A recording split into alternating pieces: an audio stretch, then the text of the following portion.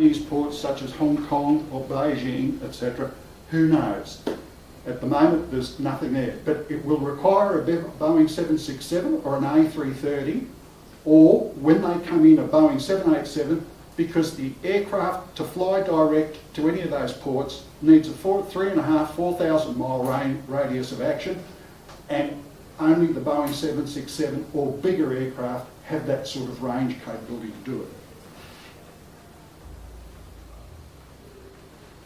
Again, the requirement for flights between 11 p.m. and 6 a.m. derives from the airport proposal to be a freight hub or the second Sydney airport. This of course means that we will have to shoulder the air and noise pollution consequences of inviting Sydney to dump its aircraft noise upon us. Now, in January and February, I borrowed a sound level meter and I started taking some measurements myself from out of my backyard. Boeing 737s, which are the aircraft that the jet that predominantly operates into and out of Canberra Airport, they were giving me, at 43 Mackenzie Street, Hackett, up to 67 decibels of noise. Now, I also measured the background noise at night at various times between 11 p.m. and 6 a.m, and it was less than 30 decibels.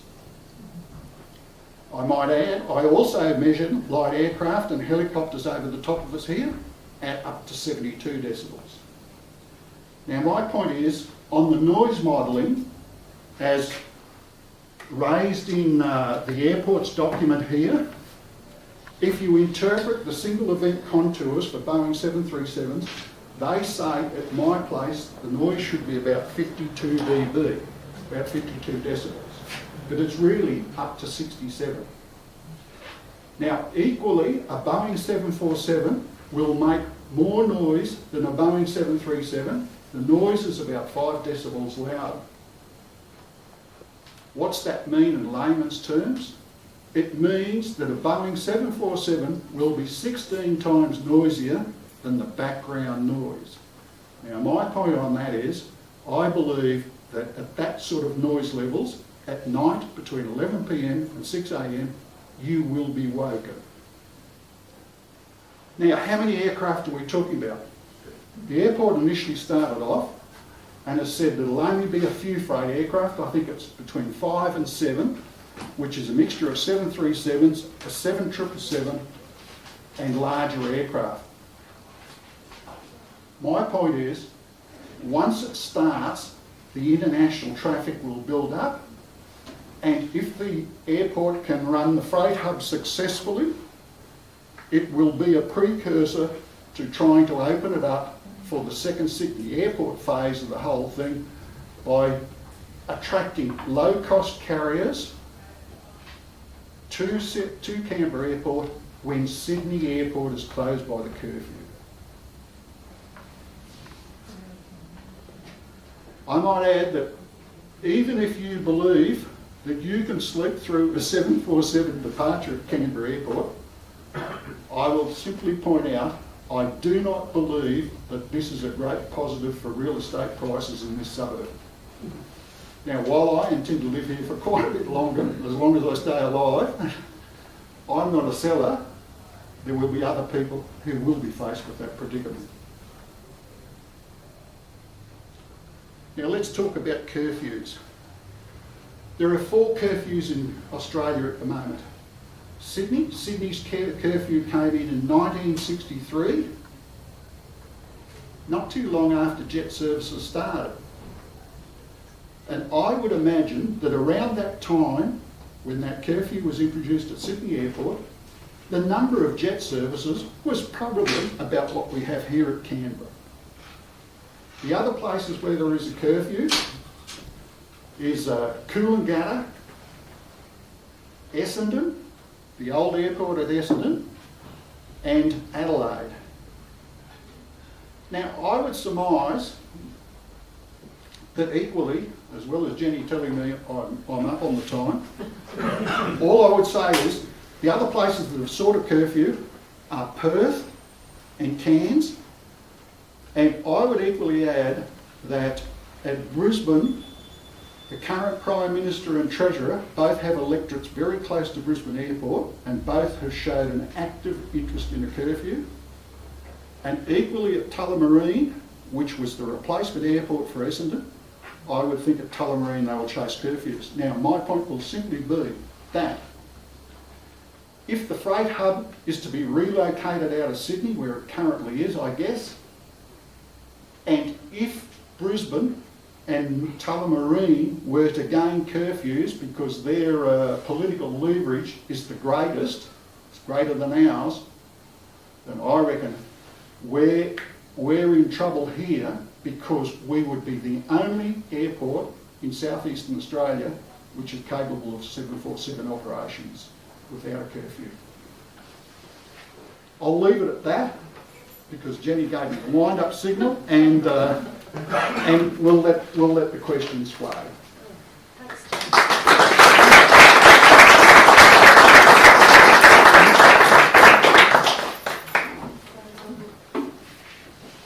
If we could just ask, where's Frank? Oh, here he is.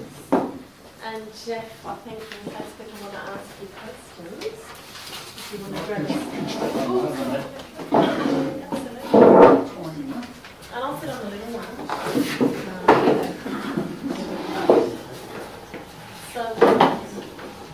So if we can, if I can ask people to come through me as the chair, I'll make sure everybody gets a turn. If we can just try and keep it to questions rather than statements, keep it short so that everybody gets to speak, that would be really good.